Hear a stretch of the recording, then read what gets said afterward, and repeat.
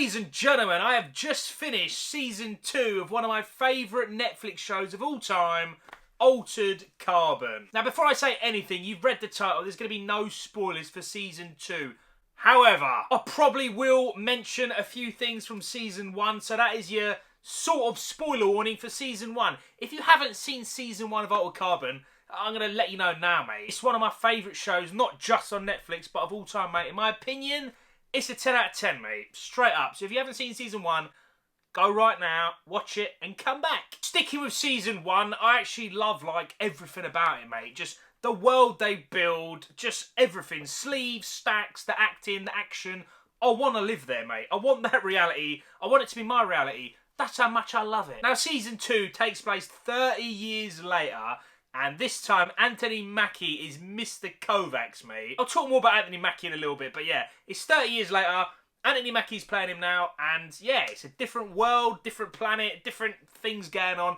The main, like, focus on the story is pretty much the same thing. He is after Quell, his girlfriend, and that is pretty much the main part of the story. Again, with no spoilers, I'm going to go into any details or any side stuff. That is at the core of the story. He's looking for her still. However, it's not like the same thing over and over. Like I said, Anthony Mackie's playing him now, and it's not just like new actor. It's a new sleeve, mate. And he's got upgrades in this.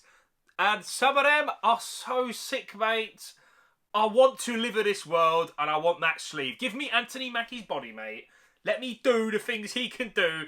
It's proper sick, mate. And it's not so important to the story. You learn it, like, straight away, mate. First episode, maybe 5 minutes in, you learn about it, and it just improves the action, man. And the action...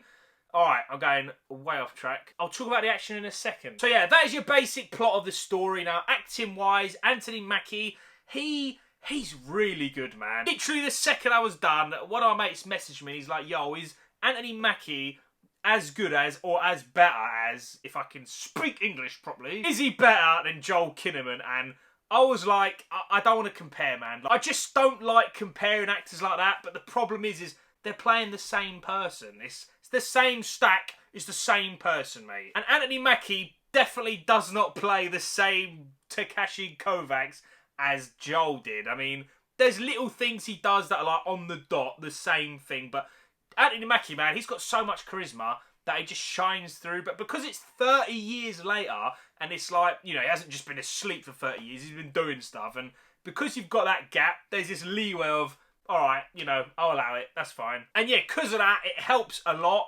And by the end of it, mate, I was in love with Anthony Mackie, mate. To be honest, after episode 2, I was loving him, mate. He's really good, and Netflix or Altered Carbon, whatever, they have a sweet spot, mate. You can get a new actor or actress every single season.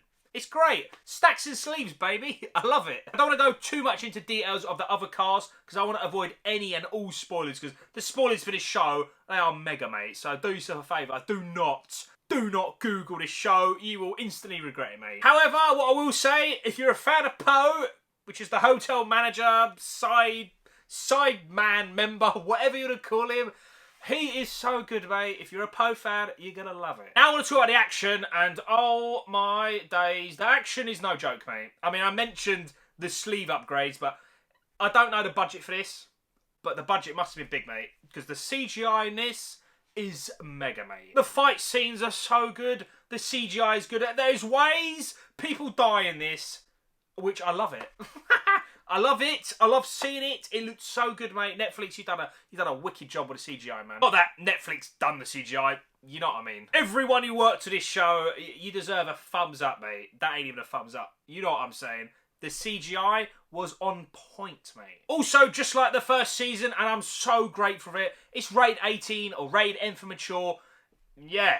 Guns, violence, murders, sex, killing. Did I say murders? Murders. I love it, mate. Gore, whatever. Just, it didn't hold back, and that is what I love, mate. Now, I've talked about all that stuff, but I want to talk about now the most important thing for me anyway, and that is the world building. Now, any show, game, movie, whatever, if you can make a good, decent, huge world, and season by season, or movie, game, whatever, you build upon it, expand it, I am sold, mate. And they done it in this season So sick, mate. The world building is absolutely insane. There's new things they do with the stacks, the sleeves. Obviously, I mentioned the upgrades. Just the whole planet is totally different, mate. The new world they're on, which is actually Takashi's home world, I probably should have mentioned that.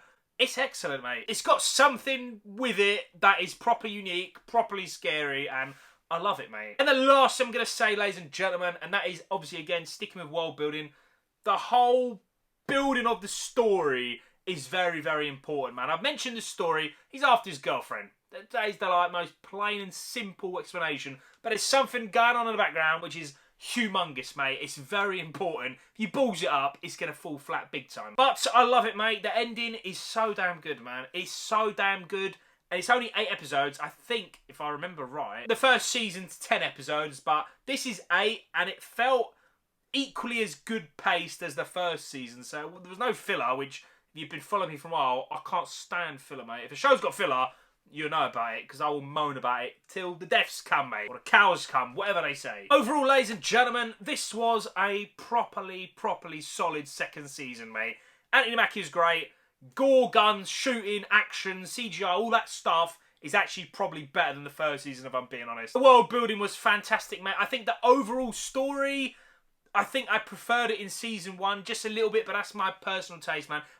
If I had anyone come up to me and say, I preferred season 2 to 1, or vice versa, I totally get why. They are definitely unique in different ways. They are both very, very good, mate. And like I said, I gave the first season 10 out of 10, mate.